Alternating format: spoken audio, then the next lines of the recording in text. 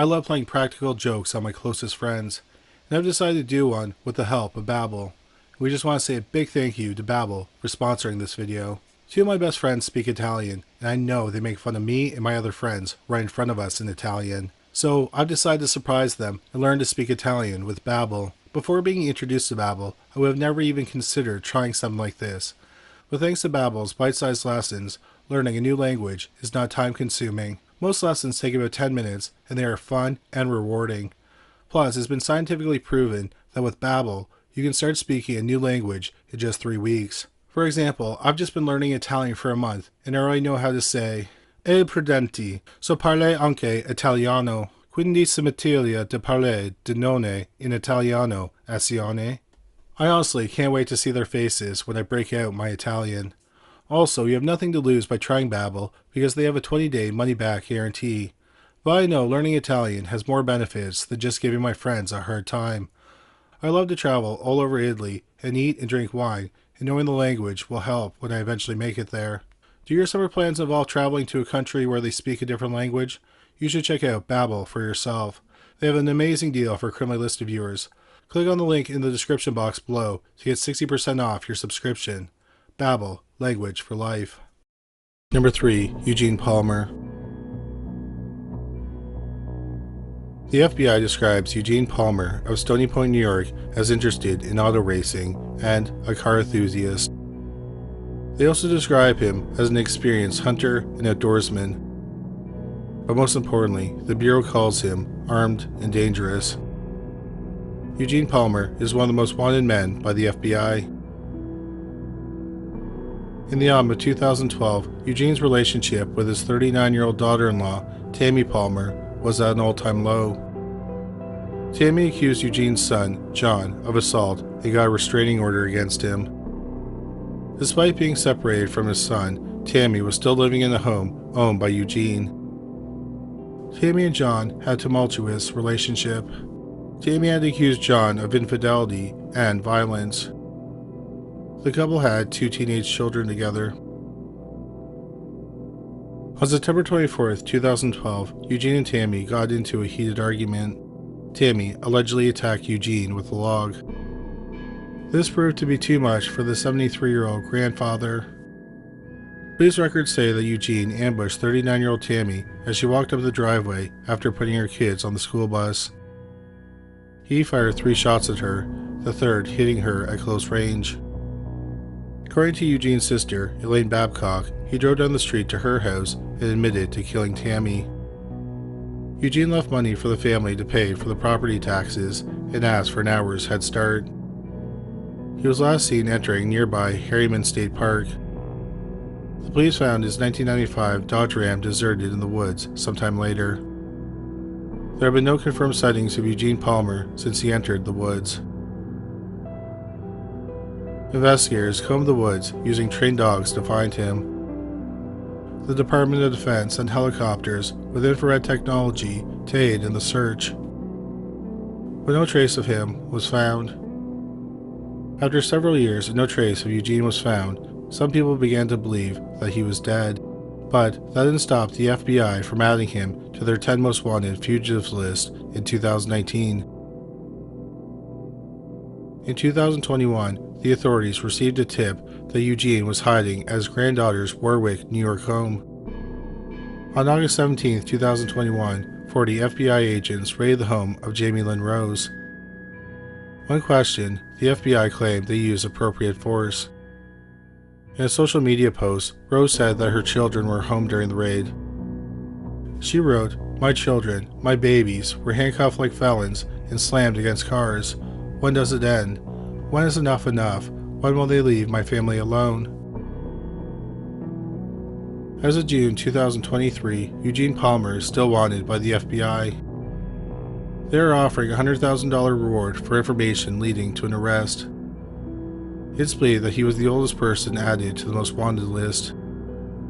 Without his arrest or retrieving his remains, the case will remain open. Investigators have traveled to Colorado and Arizona, acting on tips they've received. In November 2012, the state grand jury indicted Eugene on second-degree murder in absentia. The indictment allowed the police to apprehend him nationwide. Eugene Palmer is wanted for the unlawful flight to avoid prosecution in the alleged murder of Tammy Palmer. 10 years after his disappearance, Eugene's son, Clarence Palmer, said he doesn't believe his father is alive. Clarence said, "Since the day it happened, no one has seen or heard from him. I know him. He is my father. I know the way he is, or was. He's in this park as his final resting area." Eugene had diabetes and a heart condition. He also left the house in slippers and was ill-prepared for the wilderness. However, he was an experienced woodsman and knew the terrain. Michael Kruger, of the Haverstraw Police Department, who's been investigating since the beginning, believes that Eugene is alive. Kruger said, "We didn't forget about it. We're never going to forget about it. He needs to be brought to justice for the family." In July 2022, Eugene Palmer was removed from the FBI's 10 Most Wanted list, but he is still considered a wanted man. At the time of this recording, if Eugene Palmer is still alive, he'd be 84 years old. Number 2. Andrew Dabbs. In 1981, 21-year-old Robin Shea was in an abusive relationship with 41-year-old auto mechanic Andrew Dabbs. According to Shea's sister, Joyce Carter, Dabbs threatened the 21-year-old. "We understand the hold he had on her," she said in a video posted by the FBI. Although Dabbs was in a relationship with Shea, he was married with 2 children. On October 10, 1981, Dabbs allegedly beat Shea and shot her twice with a .45 caliber revolver as the couple drove through Norton, Massachusetts. Dabbs then pushed his girlfriend out of the car and left her on the side of Route 123. A passing motorist found her half conscious. She was taken to the hospital, but died an hour after she was found. Shea's parents identified her after seeing her description on the news. The police searched for Andrew Dabbs, but they didn't have any luck. A month later, Bristol County Superior Court indicted Dabbs for murder and issued a warrant for his arrest. The police branched out their search nationwide. On September 20, 1982, a United States magistrate issued a federal warrant for Dabbs' arrest. He was charged with unlawful flight to avoid prosecution. While his last known address was in New Hampshire, the police said he has ties to Florida, New York, Pennsylvania, Indiana, Massachusetts, and Colorado. Almost 40 years after the murder, the FBI posted the case on their social media sites, hoping the public would provide more tips. They posted an age-enhanced video to show what Dabbs would look like at age 78. A $20,000 reward is also being offered for any information on the whereabouts of Dabbs. While some think that Andrew Dabbs is dead, solving the case would bring Robin Shea's family closure.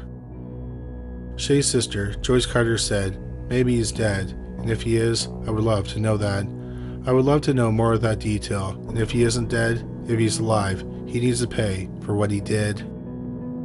At the time of this video, if Andrew Dabbs is still alive, he would be 80 years old. He is still wanted by the FBI, and he is considered armed and dangerous.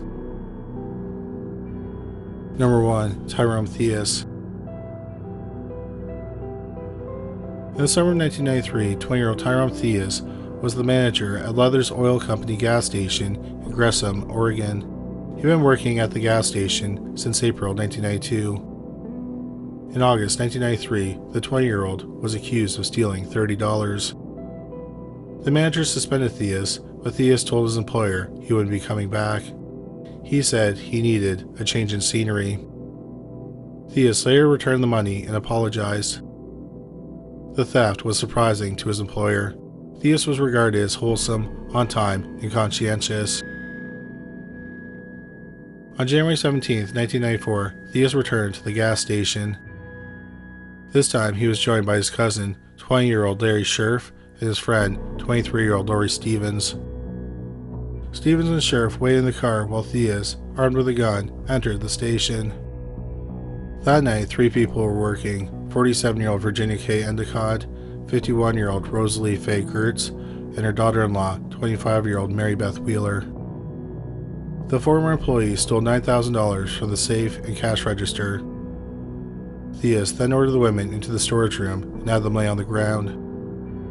He then shot each woman in the back of the head, execution style, and took off with the money. He then got in the car with Stevens and Sheriff, and they took off. A customer found the slain women soon after and called the police. The police later theorized that Theus scoped out the station before making his move. They suspected he hid his former workplace on a Sunday where more money would be in the register. The murders shocked the city of Gresham, which had a population of less than 80,000. All three women were well known in the community. Initially, the police were at a loss as to who would rob the gas station. But about a month after the triple homicide, the police received a tip from an informant that led them to Theus. Theus had hung around and acted as if everything was normal. The police interviewed Sheriff and Stevens as part of their investigation. Once Theus found out his accomplices were talking, he decided to run. The police searched his apartment, but they found no sign of him. Theus's last known sighting was on February 10, 1994. A warrant for murder and robbery was issued against him. The FBI released a wanted poster for Theus in May 1994. They said a distinguishing feature is a panther tattoo on his abdomen. Sheriff and Stevens both confessed to their parts in the deadly robbery. In an interview with the press, Stevens' husband told the reporters that she drove the men to the station, not knowing they would rob the place. Sheriff and Stevens were charged with felony murder and robbery. Sheriff pleaded guilty to 3 counts of murder and robbery in September 1994. He was sentenced to 10 years in prison. Stevens also pleaded guilty, and she also received a reduced sentence of 10 years in October 1994. Sheriff and Stevens agreed to testify against Theus if he was ever arrested. Tyrone Theus' disappearance garnered plenty of media attention. High-profile shows such as Unsolved Mysteries in 1995 and America's Most Wanted in 2011 documented his crimes.